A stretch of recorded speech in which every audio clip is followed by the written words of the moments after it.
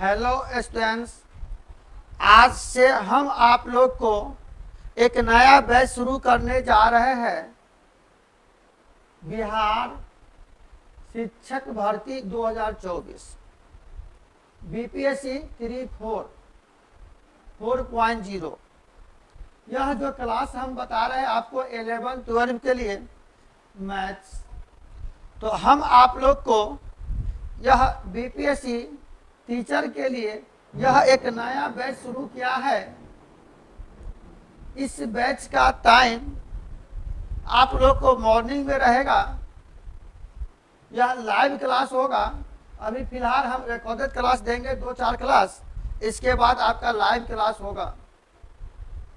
तो जो भी छात्र अगर आप बीपीएससी टीचर 3-4 के लिए अगर जुड़ना चाहते हो, ऑनलाइन और ऑफलाइन क्लास भी चल रही है।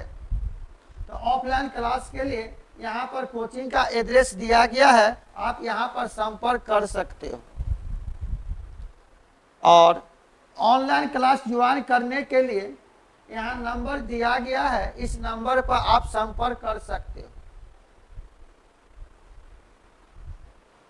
यह जो कोर्स हम शुरू किया है, इस कोर्स का मिनिमम फी है मात्र 499 रुपया, यानी 500 रुपया मात्र। ऑफलाइन का भी फी बहुत ही कम है, लेकिन कम फी में आप लोग को बेहतर पढ़ाई मिलेगा और रिजल्ट की 100% गारंटी। आपका जो क्वेश्चन पूछेगा एग्जाम में ऑब्जेक्टिव यानी एमसीक्यू क्वेश्चन पढ़ोगे और बिना कलम चलाए आपका सटीक आंसर आएगा। तो पढ़ाई जो हम आप लोग को देंगे क्रमबद्ध शुरू करेंगे। आज तो पहला क्लास है, लेकिन इसमें जो क्वेश्चन पूछता है फुल्ली एनसीईआरटी और एससीईआरटी पर पैटर्न, तो मैंने यहाँ लिख भी दिया है एनसीईआरटी और एससीईआरटी पैटर्न पर ही यह क्लास बीपीएससी टीचर के लिए हम जो शुरू कर रहे थे 3-4 मैथ्स का क्लास 11 और 12। तो आज क्लास नंबर 1 है। यह ऑनलाइन क्लास हम शुरू कर रहे थे।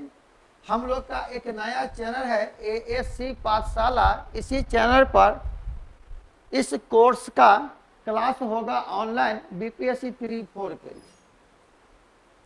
आप बहुत से टीचर का क्लास देखा होगा, लेकिन आप मेरा भी क्लास ज्वाइन करके देखें। अगर अच्छा लगे तो हमारे इस चैनल को लाइक और सब्सक्राइब करना ना भूलें, ताकि आपको नेक्स्ट कोई भी नोटिफिकेशन आपको आसानी से मिल सके।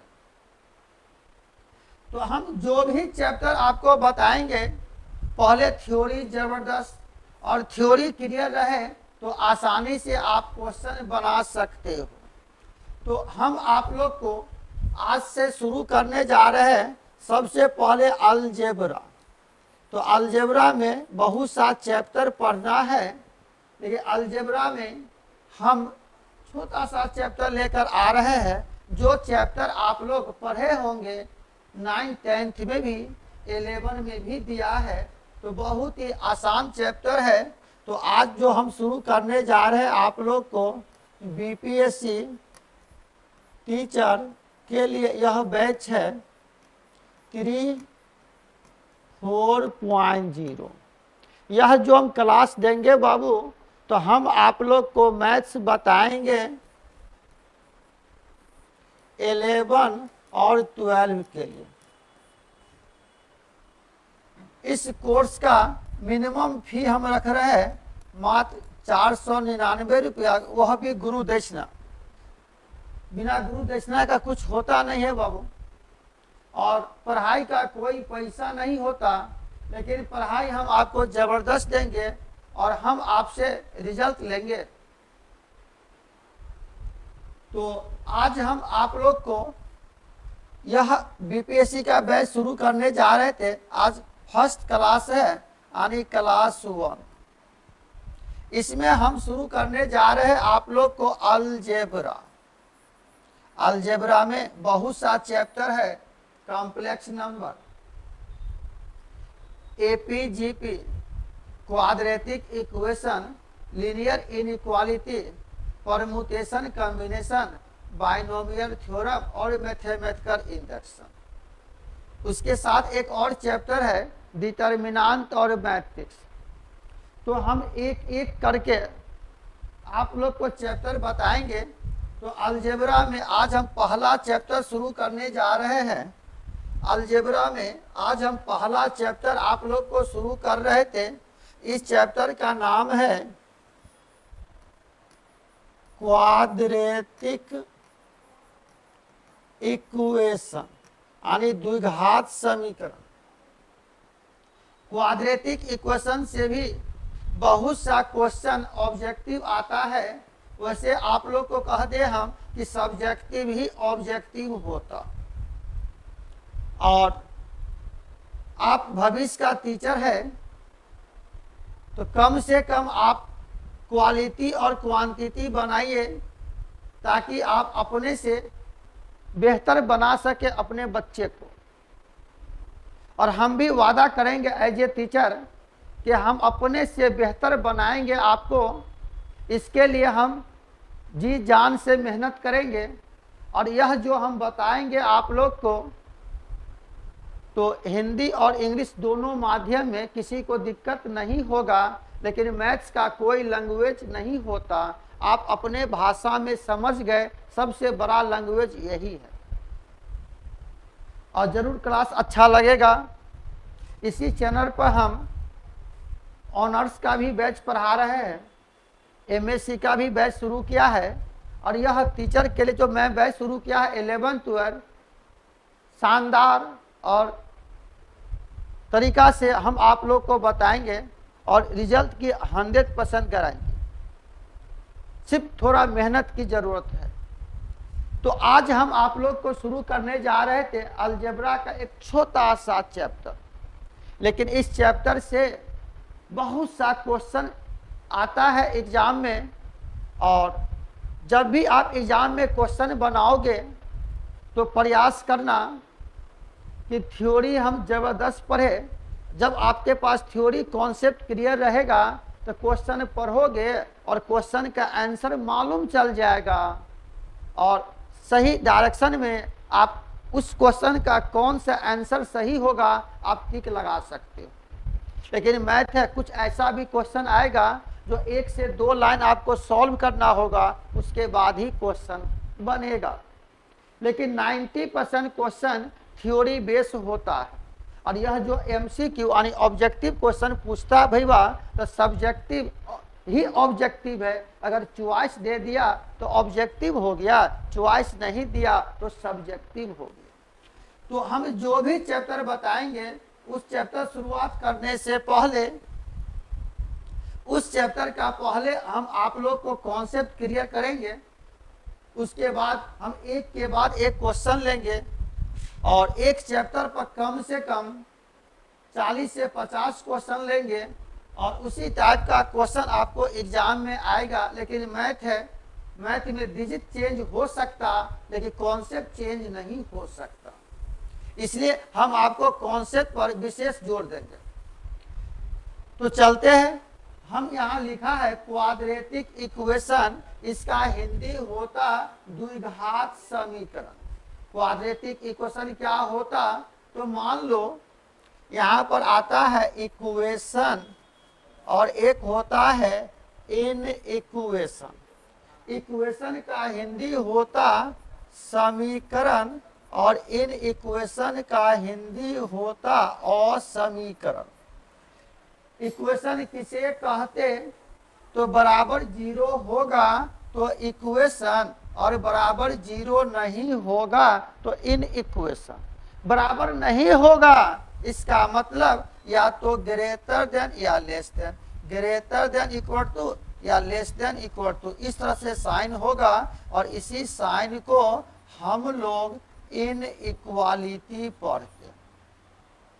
तो एक चैप्टर पढ़ना भी है लीनियर इनइक्वालिटी।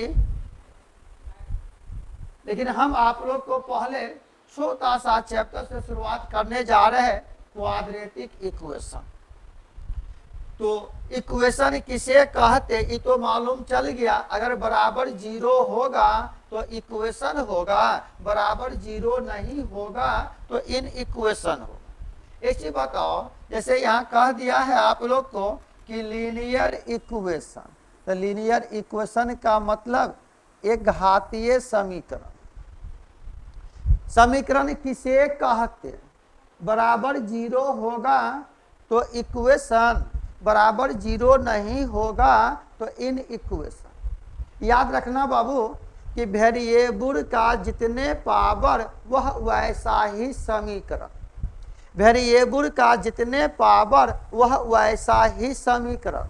जैसे मान लिया लीनियर इक्वेशन का कि यह ax प्लस बी बराबर 0, यह इक्वेशन है और यह लीनियर इक्वेशन है। इस इक्वेशन में एक वेरिएबल यहाँ x है, वेरिएबल का पावर 1, इसलिए यह एक घातीय समीकरण। यहाँ जो हमने कहा a और b जो है ना, यह a और b कोई भी रियल नंबर है, where a and b are the real number. a और b कोई भी वास्तविक संख्या है, a और b का मान कुछ भी हो सकता। और यह जो x है ना, and x be the variable या अननोन, यहाँ x वेरिएबल। तो वेरिएबल का जितने पावर वह वैसा ही समीकरण। तो यह मालूम चल गया मुन्ना कि x का पावर 1 है, तो यह एक घातीय समीकरण है। किसी भी इक्वेशन को सॉल्व करोगे, अगर यह एक घातीय समीकरण है, मान लो हम लोग को पूछ रहा है यहाँ से, जरा इस इक्वेशन को सॉल्व करो, यह है ax प्लस बी बराबर 0। तो किसी भी इक्वेशन को सॉल्व करो, इसका मतलब हल करो। तो किसी भी इक्वेशन को सॉल्व करना हो ना, तो दायां पक्ष और बायां पक्ष दोनों को लेकर बढ़ो, जो वेरिएबल है उसका मान निकालो। तो मान लो यहाँ से दिया हुआ यह given equation ax plus b बराबर 0, अगर प्लस है बराबर को उधर ले जाओगे तो ax बराबर माइनस बी, इसीलिए x बराबर ये गुना है, उधर जाएगा तो भागा माइनस बी बाई ए, यही x का मान आ गया माइनस बी बाई ए, यानी माइनस बी बाई ए इस इक्वेशन का रूट्स है, यानी मूल है। यह अगर एक घातीय समीकरण है, इसका एक वैल्यू आया माइनस बी बाई ए। याद रखना वेरिएबल का जितने पावर वह वैसा ही समीकरण, वेरिएबल का जितने पावर होगा उसका उतने रूट्स आएगा। अगर यह एक घातीय समीकरण था, इसका एक ही वैल्यू आया माइनस बी बाई ए। अब कहोगे कि वास्तव में माइनस बी बाई ए इस इक्वेशन का रूट्स है। जब इसको आप चेक करना हो, यह बायां पक्ष को लेकर बढ़ो। अब बायां पक्ष में जहां जहां x वहां वहां माइनस बी बाई ए रखो। अगर दायां पक्ष के बराबर आ गया तो वास्तव में यह इस इक्वेशन का रूट्स होगा।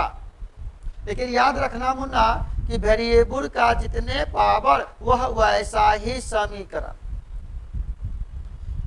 वेरिएबल का जितने पावर उसको जब हल करोगे उसका उतने रूट्स आएगा। तो this is the linear equation. इस इक्वेशन को आप आसानी से सॉल्व कर सकते हो। लेकिन हम यहाँ पर पढ़ रहे थे क्वाड्रेटिक इक्वेशन, तो ध्यान देना यहाँ पर कह रहा क्वाड्रेटिक इक्वेशन यानी द्विघात समीकरण। क्वाड्रेटिक इक्वेशन किसे कहते? वैसा इक्वेशन अगर इस फॉर्म में हो, यानी ax square plus bx plus c बराबर 0, यह क्वाड्रेटिक इक्वेशन है। यहाँ x वेरिएबल है, वेरिएबल का पावर मैक्सिमम 2, तो दिस इज द द्विघात समीकरण। देखिए एक चीज याद रखना, वेरिएबल का पावर हमेशा पॉजिटिव इंटीजर होना चाहिए, तब ये वह इक्वेशन होगा। लेकिन वेरिएबल का मैक्सिमम जो पावर है ना, वह उतने डिग्री का इक्वेशन होगा। This is the quadratic equation. यहाँ x वेरिएबल है, x का पावर 2 फिर 1 है, नहीं कुछ है तो c इंटू 1 और 1 की जगह आप लिख सकते हो x के पावर 0। किसी भी संख्या का पावर 0 1 होता है, यानी यह क्वाड्रेटिक इक्वेशन है, यह स्टैंडर्ड इक्वेशन माना गया। This is the quadratic equation. यह जो क्वाड्रेटिक इक्वेशन है, यहाँ ए बी सी जो है ना, यह ए बी सी कोई भी एक real number where A B और C be the any real number, A B C कोई भी एक वास्तविक संख्या है, लेकिन मैक्सिमम वेरिएबल का जो पावर है ना एक्स स्क्वायर, तो एक्स स्क्वायर का यह जो कोफिशिएंट है ए नॉट इज इक्वल टू 0, यानी ए का मान 0 नहीं होना चाहिए। अगर ए का मान 0 होता, जब ए का मान अगर आप 0 रखते हो तो 0 गुने कोई संख्या 0, तो यह तो तर में गायब हो जाएगा, तब तो यह द्विघात समीकरण बनेगा ही नहीं। बी और सी का मान 0 हो सकता, लेकिन ए का मान कभी 0 नहीं होगा। एकदम 0 से बता रहे हैं बाबू।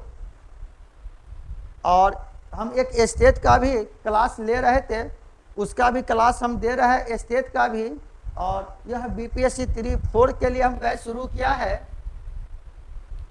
क्लास 11-12 के लिए, वह भी मैथ, और हम प्रयास करेंगे जबरदस्त बताने का आपको, और रिजल्ट हम आपसे लेंगे। और थ्योरी इतना जबरदस्त बताएंगे कि कोई भी क्वेश्चन आप बना सकते हो। और ऑब्जेक्टिव क्वेश्चन के लिए थ्योरी बहुत जरूरी है। आप बहुत से क्लास देखे होंगे यूट्यूब पर भी, बहुत से क्लास आप खरीदे भी होंगे ऑनलाइन ऑफलाइन, लेकिन हम आपको यह ऑनलाइन क्लास ऑफलाइन से बेहतर बताने का प्रयास करेंगे। वैसे मेरा ऑफलाइन क्लास भी चल रही है और ऑनलाइन क्लास भी चल रहा है, तो यह ऑनलाइन क्लास मिनिमम फी है जो आप आसानी से अफोर्ड कर सकते हो, और रिजल्ट का पक्का।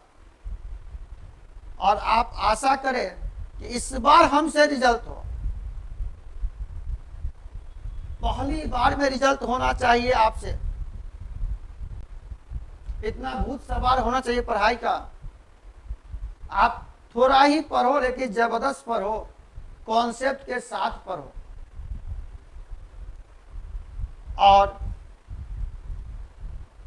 इस लाइफ में आप सन्यासी बन जाओ पढ़ाई के प्रति। ऐसा नहीं कि दादी घर, मौसी घर, नानी घर जा रहे आ रहे, कहीं नहीं जाना। अभी ना किसी के शादी में जाना है, सिर्फ पढ़ाई पढ़ाई पढ़ाई। और पढ़ाई का मतलब यह भी नहीं कि आप 24 घंटा किताब लेकर बैठे रहो। बहुत से टीचर आपको मोटिवेशन देगा कि यह है वह है, ऐसे करो, कोई मोटिवेशन नहीं, लेकिन सिर्फ आप एक ही घंटा पढ़ो लेकिन जबरदस्त और कॉन्सेप्ट के साथ। मैथ दुनिया का सबसे इजी विषय है। अगर आप कॉन्सेप्ट क्लियर रहेगा ना, बहुत मजा आएगा और सही डायरेक्शन में आपसे क्वेश्चन बनेगा।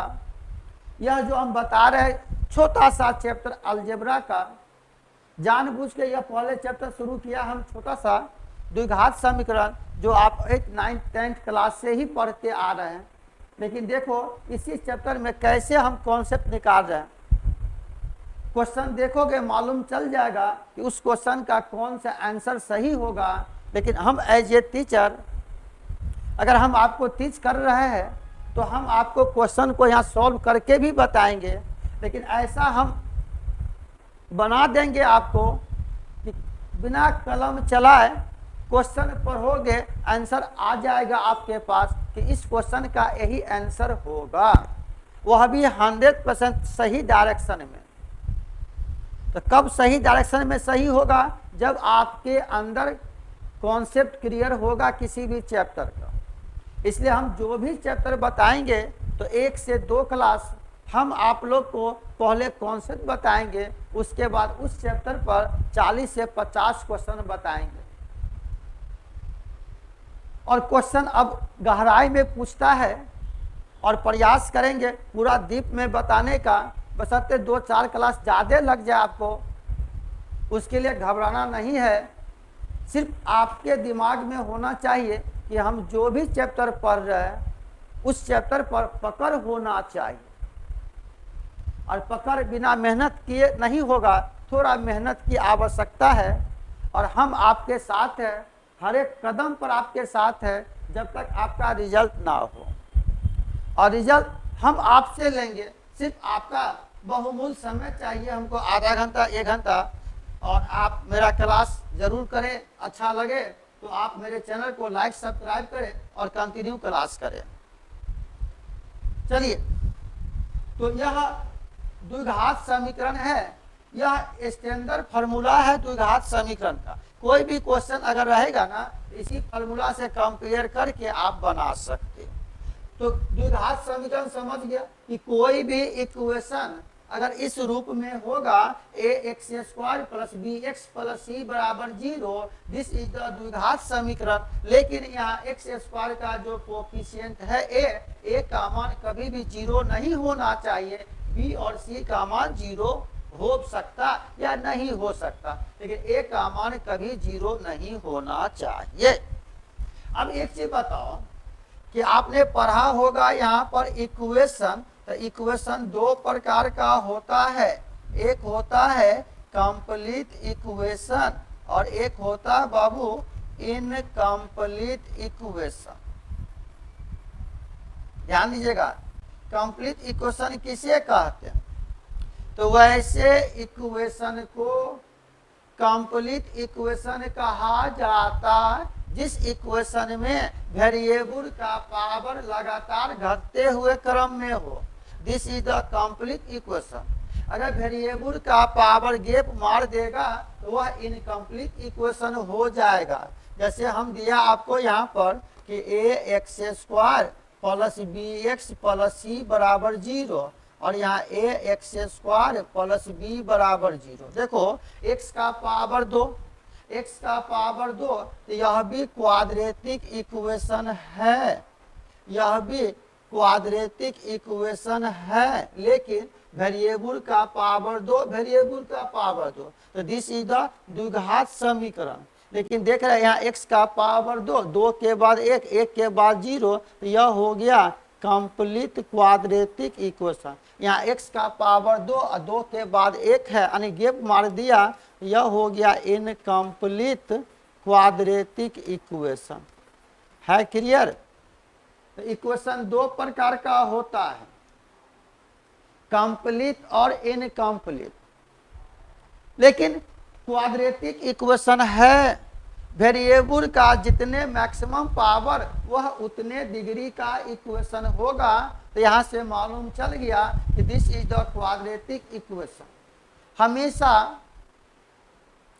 क्वाड्रेटिक इक्वेशन है वह कंप्लीट इक्वेशन हो या इनकम्प्लीट इक्वेशन हो, वेरिएबल का मैक्सिमम जो पावर होगा वह उतने डिग्री का इक्वेशन होगा। दूसरे केस में इसी को आप अलजेब्राइक इक्वेशन भी कह सकते हो। देखिए, मान लो कहीं भी दिया हुआ यह ax² + b और x के पावर 3/2 + c = 0, तो क्या यहाँ मैक्सिमम x का पावर 2 है, लेकिन यहाँ x का पावर 3/2 है, तो कहेंगे this is the not quadratic equation. क्या है कि यहाँ वेरिएबल का पावर फ्रैक्शन हो गया, वेरिएबल का पावर हमेशा पॉजिटिव इंटीजर होना चाहिए, वेरिएबल का पावर कभी नेगेटिव नहीं होना चाहिए।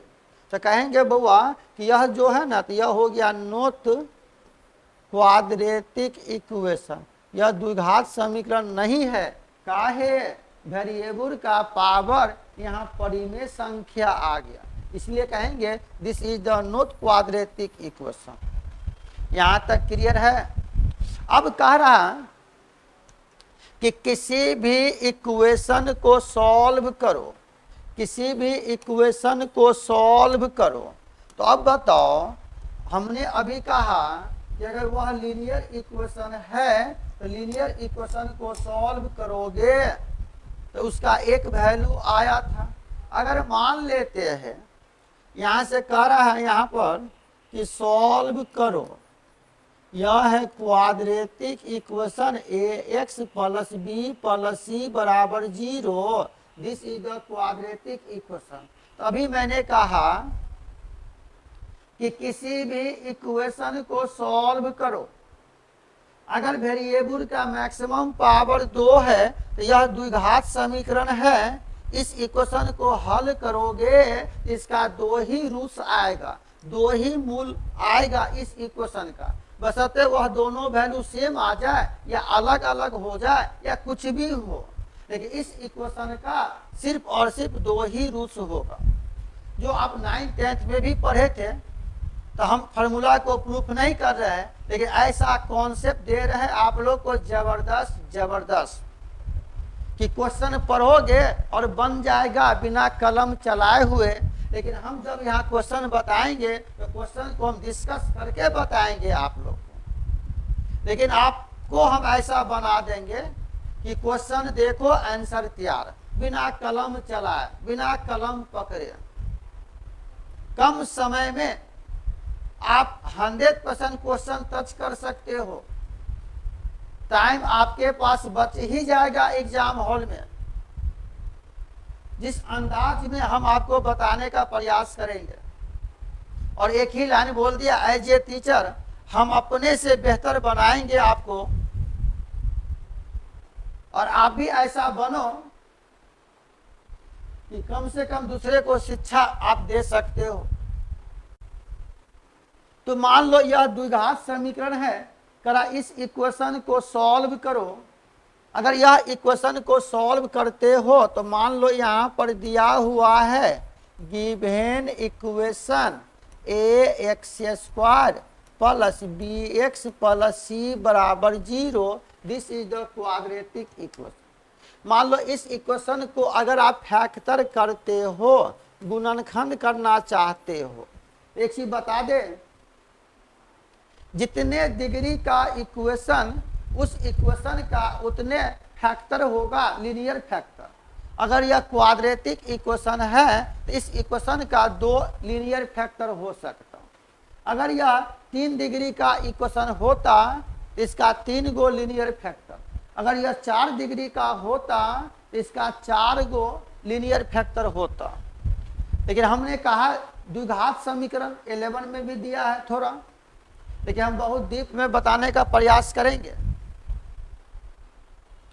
देखिए पहला लाइन मैंने बोला कि हम जो भी चैप्टर बताएंगे आप लोग को, उस चैप्टर का पूरा निचोड़, थ्योरी जबरदस्त। 1-2 क्लास थ्योरी बताएंगे, फिर थ्योरी बेस्ड क्वेश्चन बताएंगे, और यह हम क्वाड्रेटिक इक्वेशन बता रहे हैं, लेकिन इसमें ऐसा कुछ क्वेश्चन आएगा जिसमें एपी जीपी का काम पड़ जाएगा, कैलकुलस का काम पड़ जाएगा, तो वहाँ डिस्कस करेंगे। लेकिन हम एक के बाद एक चैप्टर बताएंगे आप लोग को। तो मान लो यह द्विघात समीकरण है, करा इस इक्वेशन को सॉल्व करो, तो पहले प्रयास करेंगे हम कि इस इक्वेशन को फैक्टर कर दे। तो फैक्टर करने का तरीका है, सोचिएगा कि x² का कोफिशिएंट a और कांस्टेंट टर्म c दोनों को आपस में गुना करो। मान लो a और c को गुना किया तो इसका वैल्यू आ गया k होगा नहीं, मान लिया। इस k को इस तरह से प्लस माइनस लिखो, यानी जोड़ घटा के लिखो, ताकि इसका वैल्यू b के बराबर आ जाए, तब आसानी से फैक्टर हो जाएगा। अगर फैक्टर नहीं होगा तो एक जनरल तरीका था जो बता रहे हैं। तो जैसे मान लो इस पर हम एक एग्जाम्पल दे रहे हैं आप लोग को, इसके बाद यह बताएंगे। मान लेते हैं यहाँ से हम एक एग्जाम्पल दिया आप लोग को, और बड़ा ही सरल तरीका से बता रहे हैं। फॉर एग्जाम्पल, छोटा सा एक एग्जाम्पल दे रहे हैं। मान लो यह कोई भी एक द्विघात समीकरण है, जरा इस इक्वेशन को सॉल्व करो। बड़ा ही सरल तरीका से बता रहे हैं। जैसे मान लो यहाँ पर दिया है 3x² माइनस 10x प्लस 3 बराबर 0। दिस इज द द्विघात समीकरण। अगर हम इस इक्वेशन को हल करेंगे तो इसका 2 वैल्यू आएगा, लेकिन हमने कहा इस इक्वेशन को अगर फैक्टर करके बनाते हो तो फैक्टर करने का तरीका यहाँ पर क्या बताए थे रफ में कि एक्स स्क्वायर का गुणक और कांस्टेंट टर्म, इसका गुणक 3 है, इसका 3, तो 3 और 3 को गुना किया तो इसका वैल्यू आ गया 9। 9 को इस तरह से जोड़ घटा के लिखो ताकि यह -10 के बराबर आ जाए x का गुणक, और फिर जब इसको गुना करेंगे मल्टीप्लाई तो फिर यह 9 होना चाहिए। तो मान लो इसको जब हम करेंगे यह हो जाएगा 3x² minus x minus 9x plus 3 बराबर 0। देखा ना, -1 और -9 तो -1 -9 को गुना किया था +9 के बराबर हो गया और यह इक्वेशन आसानी से फैक्टर हो जाएगा। जब आप फैक्टर करके बनाओगे ना तो 1 से 2 लाइन में सवाल बन जाएगा, लेकिन यह सोचने का तरीका था। अब बताइए, ये दोनों को एक साथ लिया, ये दोनों को एक साथ, ये दोनों में अगर हम यहाँ x कॉमन लिया जगह 3x माइनस 1, इसमें -3 कॉमन लिया तो 3x माइनस 1 बराबर 0। यह दोनों में जब यह दोनों सेम है इसका कोफिशिएंट लिखना तो यह जगह 3x minus 1 into x minus 3 बराबर 0। जब गुना केस में है एक बार इतना बराबर 0 फिर इतना बराबर 0, तो यहाँ से अगर हम लोग कहेंगे कि आइदर इस प्रकार 3x माइनस 1 बराबर 0, यहाँ से x का वैल्यू 1 बताती, फिर यहाँ पर लेंगे यह ब्रैकेट यानी x माइनस 3 बराबर 0 यानी x बराबर 3, इसलिए फाइनली यहाँ से आ गया 100 x का वैल्यू 1/3 भी और 3, यही हो गया आंसर। मतलब किसी भी क्वाड्रेटिक इक्वेशन को सॉल्व करो तो आप भरसक प्रयास करो उसको फैक्टर करने का। अगर फैक्टर हो जाता है तो आप आसानी से क्वेश्चन बना सकते हो। लेकिन मान लो अगर यह इक्वेशन दिया है, यह क्वाड्रेटिक इक्वेशन है, करा इस इक्वेशन को सॉल्व करो, मान लो यह इक्वेशन फैक्टर नहीं हुआ, तो यहाँ याद रखना मुन्ना कि x² का गुणक a, b x का गुणक और c कांस्टेंट, करा यहाँ x का मान पूछ रहा है, इसलिए फॉर्मूला होता है यहाँ से x बराबर -b plus minus under root b² minus 4ac/2। एक बार प्लस वैल्यू लेंगे एक बार माइनस वैल्यू, तो -b plus under root b² minus 4ac/2। एक बार निगेटिव वैल्यू तो -b minus under root b² minus 4ac/2। याद रखना बाबू, द्विघात समीकरण में प्लस वाला को हम अल्फा मानते हैं और माइनस वाला को बीटा मानते। वी एज्यूम दैट, मान लेते हैं यहाँ से कि -b plus under root b² minus 4ac/2a को अल्फा कहेंगे और -b minus under root b² minus 4ac/2a को बीटा कहते हैं। यानी जनरली प्लस वाला को अल्फा मानते और माइनस वाला को बीटा कहते। तो मान लो यह क्वाड्रेटिक इक्वेशन है, अगर हम इस इक्वेशन को सॉल्व किया, अगर इस इक्वेशन को सॉल्व किया इसका मतलब हो गया जब हम इस इक्वेशन को सॉल्व करेंगे, जब इस इक्वेशन को सॉल्व करेंगे इसका मतलब हो गया, ध्यान दीजिएगा, किसी भी क्वाड्रेटिक इक्वेशन को सॉल्व करो, अगर फैक्टर हो गया तो बहुत अच्छी बात, अगर फैक्टर ना हो तो बनाने का यह तरीका, जनरली प्लस वाला को ही अल्फा मानेंगे माइनस वाला को ही बीटा मानेंगे, इस तरह से कहेंगे 10। इस प्रकार x का वैल्यू आ गया अल्फा और बीटा। यानी किसी भी क्वाड्रेटिक इक्वेशन को सॉल्व किया, अगर फैक्टर होगा तो बहुत अच्छी बात, अगर फैक्टर ना हो तो इस फार्मूला से आप बना सकते हो। याद रखना x² का गुणक a, x का गुणक b और c इज द कांस्टेंट। जैसे हम यहाँ एग्जाम्पल दे रहे हैं, एक तरह इस क्वेश्चन को सॉल्व करो, मान लो यहाँ पर दिया है कि इस इक्वेशन को सॉल्व करो, मान लो यह क्वेश्चन हमारा दे दिया है कि 3x² माइनस 4x प्लस 5 बराबर 0। यह भी क्वाड्रेटिक इक्वेशन है। करा इस इक्वेशन को सॉल्व करो। तो बनाने का तरीका देखो, यहाँ दिया हुआ है कि given equation 3x² minus 4x plus 5 बराबर। तो मान लो 5 और 3 को गुना किया तो 15। 15 को इस तरह से लिखो ताकि जोड़ जाड़ के -4 और गुना करके 15, तो आसानी से यह नहीं आएगा, यानी फैक्टर नहीं हो सकता। तो बनाने का तरीका, तो हम यहाँ से क्या कहें, इस इक्वेशन को कंपेयर करना ax² plus bx plus c से। तो बताओ यहाँ से जब कंपेयर करेंगे तो कहेंगे हेयर यह a का मान हो गया 3 और b का वैल्यू -4 और c का वैल्यू 5। मान लो फैक्टर नहीं हो रहा था, x बराबर फार्मूला होता था -b plus minus under root b² minus 4ac/2a।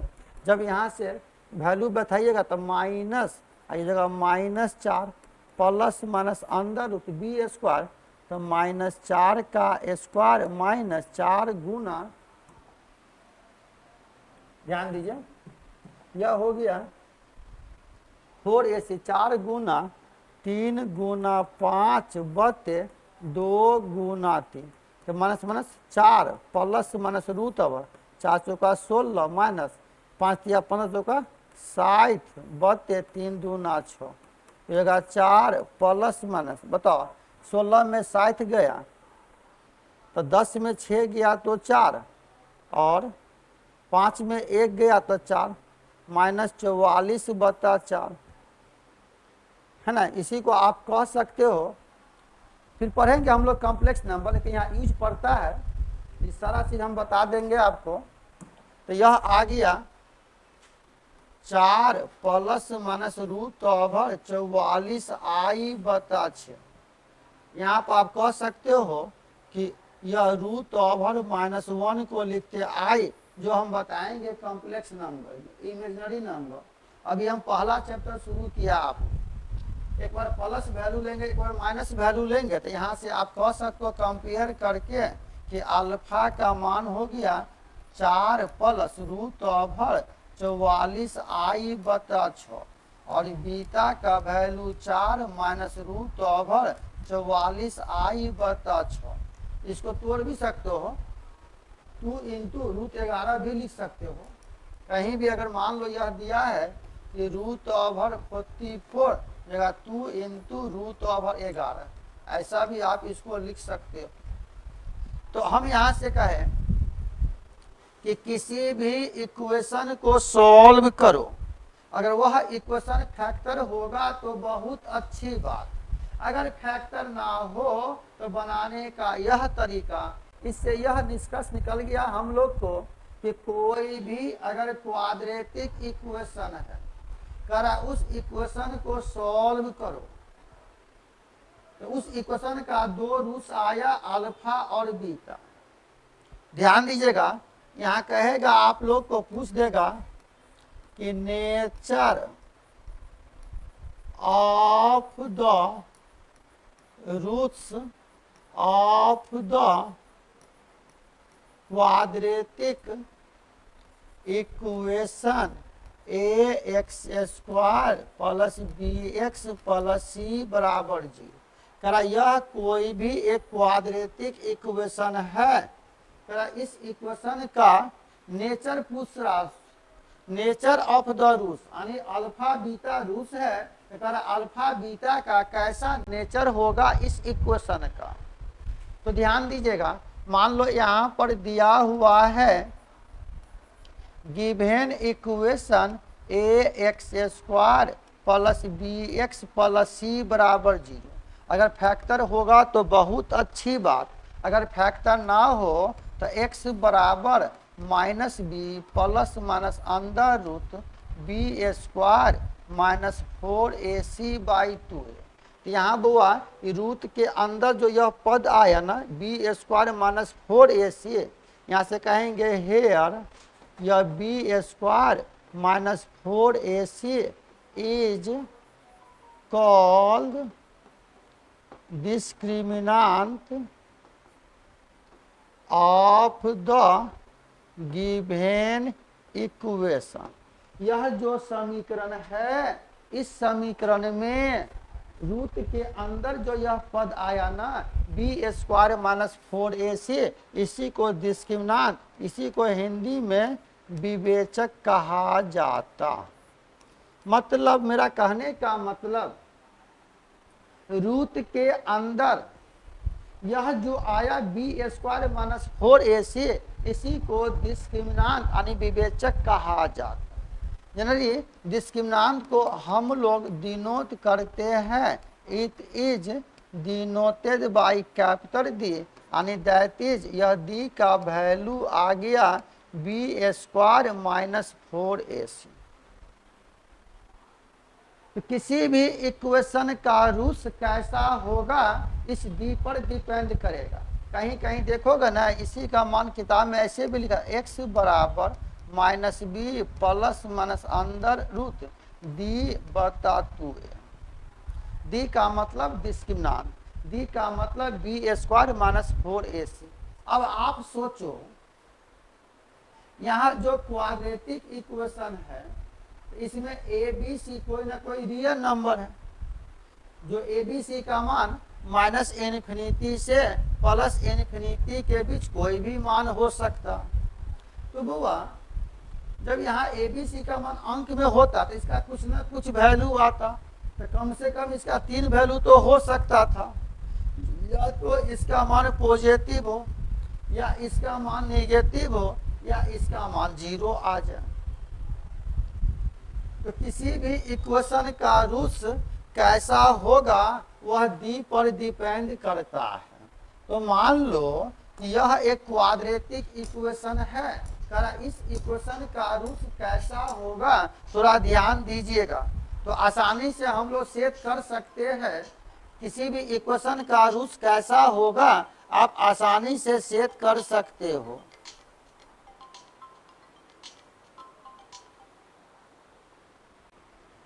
है क्लियर? तो अब बताओ कि मान लो यह रूट के अंदर है बी स्क्वायर माइनस 4ac, इसी को डिस्क्रिमिनेंट कहा जाता।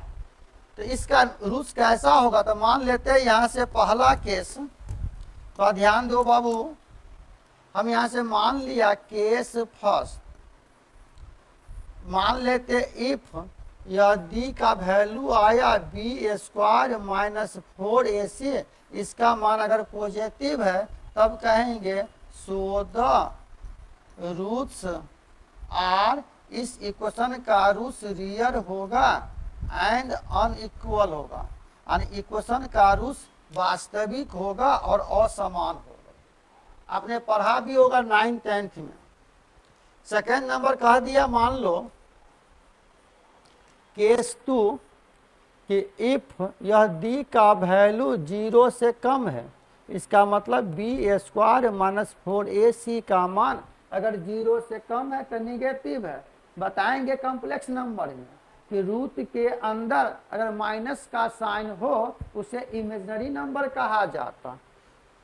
तो यह डी का मान अगर 0 से कम होगा तो इस इक्वेशन का रूट्स कहेंगे so the roots are imaginary या कॉम्प्लेक्स नंबर। इस इक्वेशन का रूट्स इमेजिनरी नंबर होगा, इमेजिनरी नंबर को ही आप कॉम्प्लेक्स नंबर भी कह सकते, कॉम्प्लेक्स नंबर या कॉम्प्लेक्स रूट्स कह दो। मतलब अगर डी का मान 0 से कम होगा तो उस इक्वेशन का रूट्स इमेजिनरी या कॉम्प्लेक्स नंबर होगा, या कॉम्प्लेक्स रूट्स होगा, या कॉम्प्लेक्स नंबर होगा।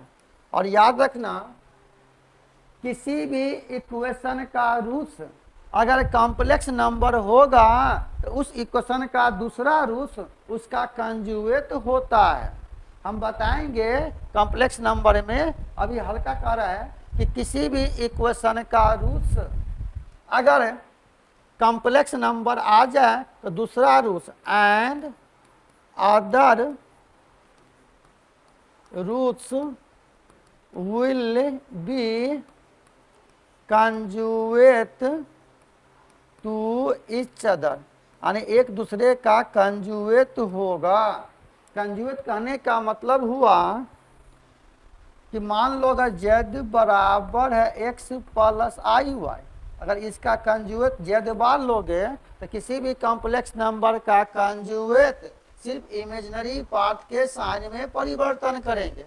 इमेजिनरी पार्ट का साइन अगर प्लस रहे तो माइनस हो जाएगा, माइनस रहे तो प्लस हो जाएगा, यानी z बार का मतलब x माइनस आई।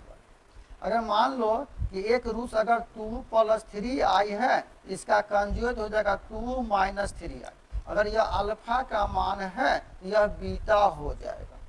मतलब किसी भी इक्वेशन का रूट्स अगर कॉम्प्लेक्स नंबर होगा तो उस इक्वेशन का दूसरा रूट्स उसका कंजुएट होगा। कभी कभी ऐसा भी क्वेश्चन पूछ देगा आप लोग को कि कोई भी इक्वेशन दे देगा, कहेगा उस इक्वेशन का एक गो रूट्स 2 प्लस 3i है, तो then find the other root, 4 गो चॉइस रहेगा, तो बिना बनाए कहेंगे कि जब एक रूट 2 प्लस 3i है तो दूसरा रूट उसका कंजुएट यानी 2 माइनस 3i होबे करेगा। तो यही तो कॉन्सेप्ट है भैया। तो हम जो क्लास दे रहे हैं आप लोग को, खैर आज तो शुरुआत किया हम आज से, अभी सप्ताह में 3 दिन क्लास देंगे, लेकिन कुछ दिन के बाद यह बैच आपका डेली हो जाएगा, एक टाइम फिक्स हो जाएगा। मॉर्निंग में ही टाइम है इसका, लेकिन टाइम 10 से 11, 11 से 12 एक फिक्स कर देंगे इस बैच का टाइम। क्लास डेली होगा, कारण कि बहुत सा सिलेबस है। जब इसका फॉर्म आएगा, अभी तो आया नहीं है 3-4 का फॉर्म, लेकिन बहुत कम समय मिलेगा आप लोग को, लेकिन अभी से आप तैयारी में लग जाए और कम समय में हम बेहतर करने का प्रयास करेंगे। और यह क्लास ऑनलाइन भी दे रहे हैं और ऑफलाइन भी क्लास चल रहा है। जो ऑफलाइन पढ़ना चाहते हो तो पटना में आके ऑफलाइन क्लास कर सकते हो, और नहीं तो आपको यह ऑफलाइन क्लास अगर आप ऑनलाइन ज्वाइन करते हो तो यह ऑफलाइन के जैसा ही आपको यह ऑनलाइन क्लास भी दे रहे हैं हम आपको, यानी घर बैठे आप ऑफलाइन क्लास कर सकते हो। मेरा क्लास हमसे जुड़ कर आप, और क्लास वास्तव में बहुत ही अच्छा लगेगा और हम कॉन्सेप्ट के साथ बताएंगे, बार बार कर रहे हैं। आप जाए मेरे ASC पाठशाला पर, नया चैनल बनाया है मैंने, एक हम लोग का चैनल है BSc मैथ राम बाबू सर, उस पर भी कुछ कोर्स का क्लास चल रहा, और यह एक नया चैनल है, इस पर आप कुछ क्लास डेमो क्लास कर सकते हो। हम जो भी चैप्टर बताएंगे ना आपको ज़बरदस्त, और जब आपको ज़बरदस्त का मतलब थ्योरी पर पकड़ होगा तभी ही आप सही डायरेक्शन में क्वेश्चन बना सकते हो। और एग्ज़ाम में आपको बैठना है और उसके लायक हम आपको बनाएंगे as a scorer.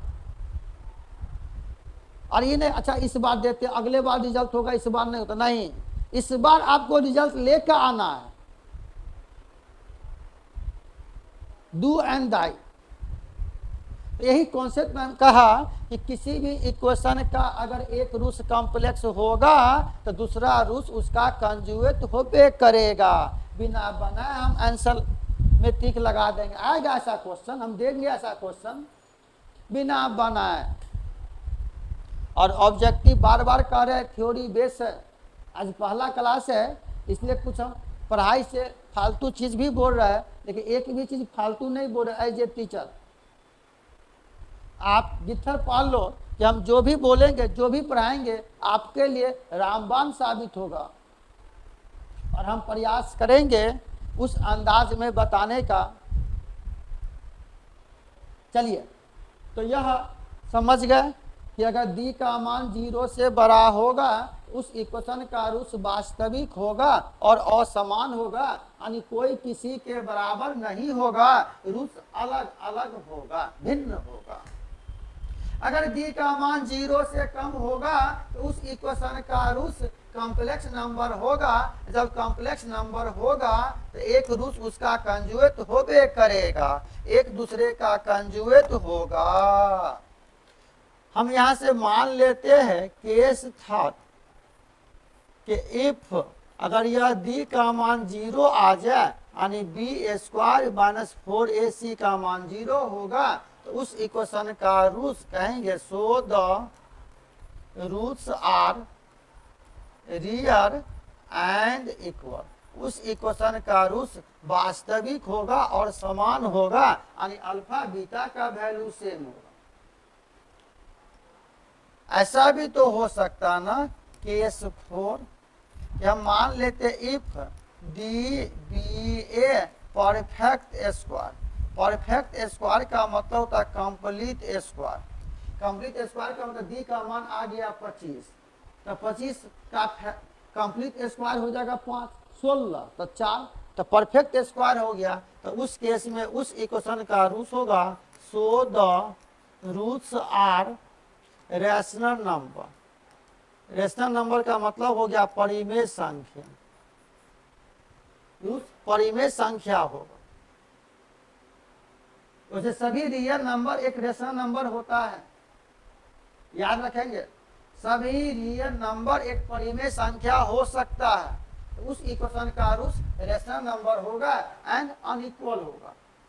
And unequal, कोई किसी के बराबर नहीं हो।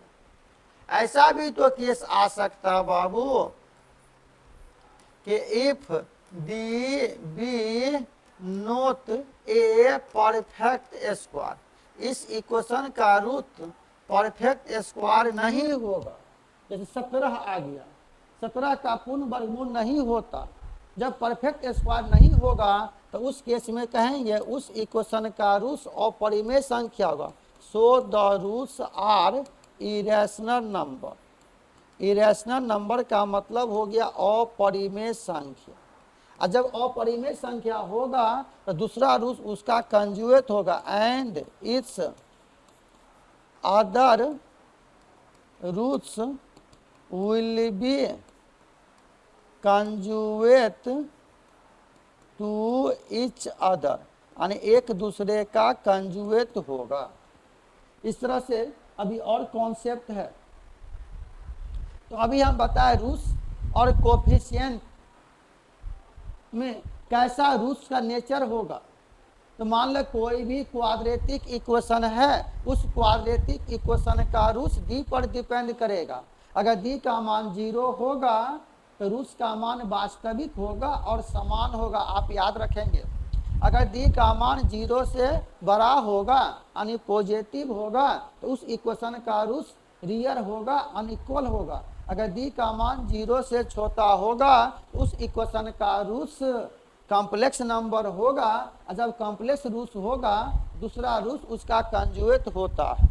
अगर डी का मान परफेक्ट स्क्वायर नहीं होगा उस इक्वेशन का रूट्स इरेशनल नंबर होगा, यानी अपरिमेय संख्या होगा। अपरिमेय संख्या का मतलब इस तरह से कि 2 + √3, और जब यह अल्फा का मान है तो इसका कंजुएट 2 - √3 होगा। अगर यह अल्फा का मान है तो बीटा का मान यह होगा, याद रखेंगे। अगर डी का मान परफेक्ट स्क्वायर आ जाए तो उस इक्वेशन का रूट्स परिमेय संख्या होगा, यानी रैशनल नंबर होगा। 3/4, 2/7, दिस इज द परिमेय संख्या।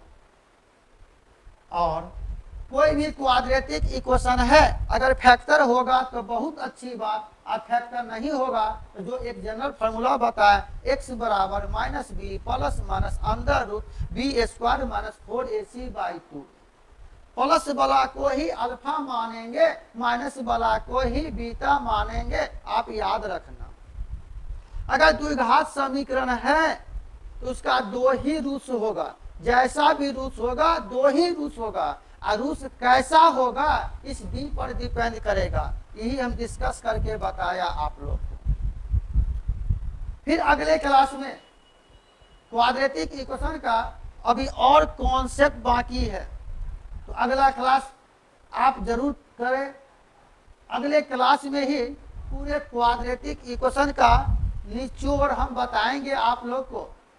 उसी निचोड़ से ट्रिक तैयार हो जाएगा कि क्वेश्चन पढ़ो आंसर में टिक लगा दो, क्वेश्चन पढ़ो आंसर में टिक लगा दो बिना कलम चलाए। तो कब आप बिना कलम चलाए सही टिक लगा सकते हो? जब आपके अंदर कॉन्सेप्ट क्लियर होना चाहिए। इसलिए हम बार बार कह रहे हैं आपको कि हम कॉन्सेप्ट पर जबरदस्त जोर दे रहे हैं। तो क्वाड्रेटिक इक्वेशन में एक क्लास और अगले क्लास में पूरा कॉन्सेप्ट देंगे हम, वही मेरा निचोड़ है, पूरे क्वाड्रेटिक इक्वेशन को निचोड़ देंगे, यानी थ्योरी को जबरदस्त बताने का प्रयास करेंगे। और जब थ्योरी क्लियर रहे ना तो क्वेश्चन पढ़ोगे और बिना कलम चला है आंसर तैयार हो जाएगा, आपके सामने हाजिर हो जाएगा और 100% सही डायरेक्शन में क्वेश्चन बनेगा। गलती होने की दूर दूर तक संभावना नहीं है और रिजल्ट का पक्का गारंटी है, यह हम वादा करेंगे। सिर्फ आपको मेरे साथ जुड़कर कुछ समय देना है। तो इसी के साथ हम अगले क्लास में इसी चैप्टर पर कुछ और कॉन्सेप्ट लेकर आ रहे हैं, इसी अंदाज के साथ। जय हिंद।